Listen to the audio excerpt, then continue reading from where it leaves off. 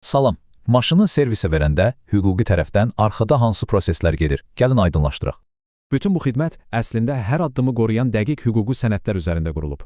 Deməli, hər şeyin başlanğıcı xidmət müqaviləsidir. Bu, sadə dillə desək, oyunun qaydalarını müəyyən edir. Çox vacib bir məqam var. Şirkət təmirci deyil, sadəcə prosesi təşkil edən tərəfdir. Əlbəttə, müqavilədə sizin də, yəni müştərinin də bəzi vacib öhdəlikləri var. Və budur ən vacib şərt. Kasko sığortası mütləqdir. Bu, müzakirə mövzusu deyil.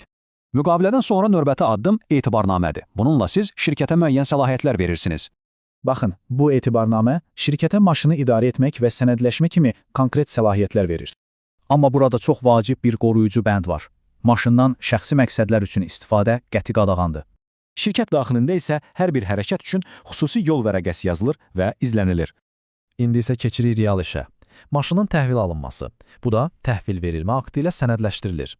Bu aktda hər şey qeyd olunur. Yürüyüş, yanacaq, hətta kiçik bir cızıq belə. Bu, hər iki tərəfi qoruyur. Xidmət bitdikdən sonra isə proses geri təhvil aktı ilə, yəni eyni qaydada tamamlanır. Bu aktda əvvəl və sonra aydın şəkildə müqayisə edilir. Məsələn, nə qədər yol gedildiyi dəqiq bilinir. Və sonda sizin imzanız. Bu imza ilə hər şeyin qaydasında olduğunu və xidmətin bitdiyini təsdiqləyirsiniz. Korporativ müştərilər üçün isə biraz fərqli. Kuponlara əsaslanan bir sistem mövcuddur. Hər kuponun özünə məxsus həyat dövrü var və statusu sistemdə izlənilir. Bütün kuponlar mərkəzi bazada izlənilir. Bu da tam şəffaflıq və dəqiq hesabat deməkdir.